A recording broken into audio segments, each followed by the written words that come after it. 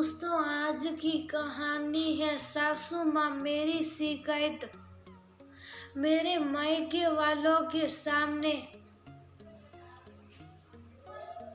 मत करना। दोस्तों, कहानी शुरू करने से पहले अगर आपने चैनल को सब्सक्राइब नहीं किया हो तो कर लीजिए ताकि आपके पास पहुंच सके और नया वीडियो।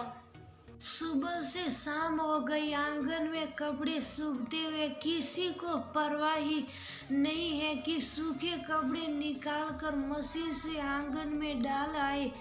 अभी तक न रात के लिए सब्जी सिली गई है न काटी गई, जाने खाना आज रात को नसीब भी होगा या नहीं। नीलम जी तंज कसते हुए क्रोध भरे स्वर में अपनी बहू विधि को बोले जा रही थी, जो थोड़ी देर पहले अपनी सहेली रीमा के साथ ऑफिस से आकर रसोई में चाय बनाने में व्यवस्थित। मुश्किल से 10 मिनट हुए होंगे चाय पीते हुए और नीलम जी के उलाना भरे स्वर विधि के कानों में लगातार प्रहार कर रहे थे। विधि की सूफी देखते हुए बार बार उसे सवालिया नजरों से रीमा देख रही थी। गुस्सा विधि को भी आ रहा था, पर वह किसी के सामने तमाशा नहीं बनाना चाह रही थी। विधि एक प्राइवेट कंपनी में कार्यरत थी।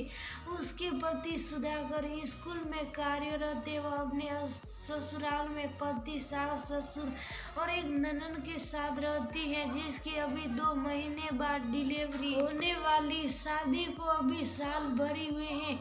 शादी में जब ससुराल वाले देखने आए थे तभी विधि ने 2 टूक कह दिया था कि उसने बहुत मेहनत से जॉब पाई है, बिना मजबूरी के किसी हाल में नहीं छोड़ेगी। तब तो सभी ने हामी भरी थी। विधि अपनी बातों से पकी थी।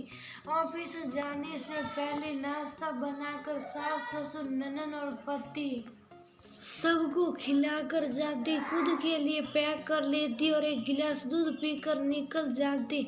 नीलम जी का अपनी बेटी रूसी के प्रति मधुर व्यवहार देखकर विधि को थोड़ी तकलीफ होती थी।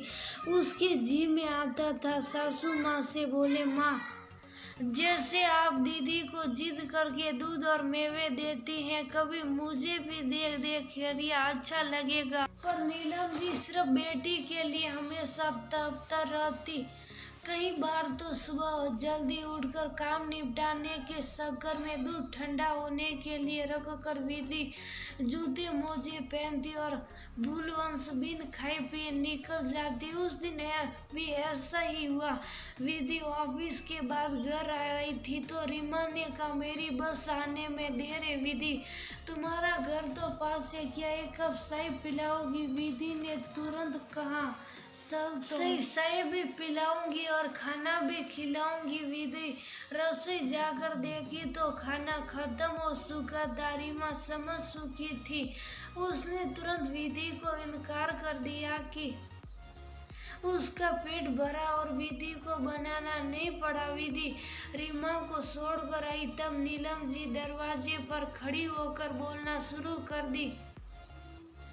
खाना बनाने और कपड़े डालने के लिए विधि ने अपने बालों को कसकर समेटते हुए कहा, मम्मी जी आपको रात में 8:30 से पहले खाना मिलने से मतलब है ना। जब समय से न मिले तब बोलिएगा। और कपड़े तो मैं सुबह धुल कर गई थी, माना मीटिंग की वजह से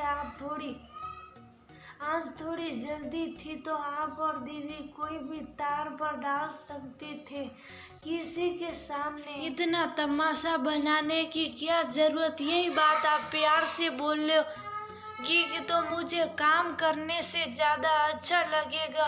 दीदी को डॉक्टर ने कहा है सिर्फ भार नहीं उठाने, बाकी सारे घरेलू काम करने पर। ऐसा लग रहा आपने उन्हें मरीज बनाकर रख दिया, किसी काम को भी उन्हें हाथ नहीं लगाने देती। नीलम जी मन ही मन बुदबुरा रही थी। कम दिन की आई लड़की कितनी सटीक बात बोल रही है। पड़ोस वाले भी तो यही बोलते हैं, सही ही तो है। डॉक्टर के कहने पर भी मैं उससे कुछ नहीं करवा रही। पर मेरी बेटी भी है। न कुछ मेरी माने तब तो विधि पर तो गुस्साने का असर होता, और उसी पर तो चिल्लाकर थक जाऊं तो भी असर नहीं होता। नाम जब अभी चली रही थी कि दरवाजे पर घंटी बजी। विधि आंगन में कपड़े डालने चली गई तो देखा ये पापा की गाड़ी है। अचानक इतना बड़ा सरप्राइज उसके पैरों में मानो गिरने लगी और वह दौड़े दौड़े अंदर आई। नीलम जी का व्यवहार थोड़ी देर पहले वाला याद कर उसके पाँव वहीं ठिठक गए। पर यह क्या, विधि को अपने आंखों पर यकीन नहीं हो रहा था। नीलम जी ने दरवाजा खोला और विधि की मम्मी उष्मा जी को गले लगाते हुए कहा, आप लोग? अचानक उष्मा जी ने कहा, रिश्तेदार में एक शादी है, वही आए थे, और 2 दिन बाद विधि की सालगिरह, तो सोचा आप लोग से मिलते चले। बैग से उपहार, फल, मिठाई और मेवे निकाल कर उष्मा जी ने नीलम हाथों में दिया और विधि को देखकर मम्मी पापा ने गले लगाकर उसका माथा चूम लिया।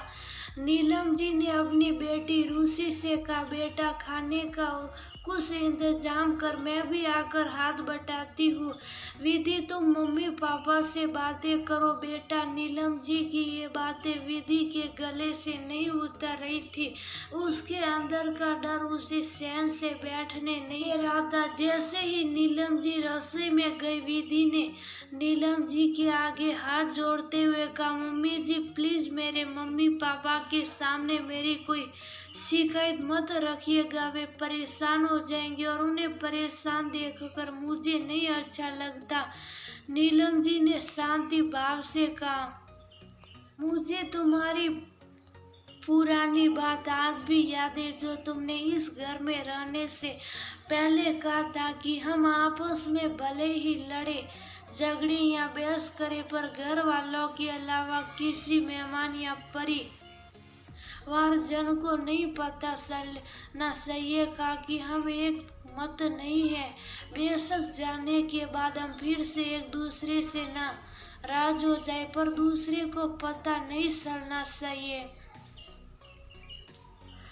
मेरा गुस्सा तुमसे, तुम्हारे घर वालों से नहीं। आज तुम बैठो, खाना हम दोनों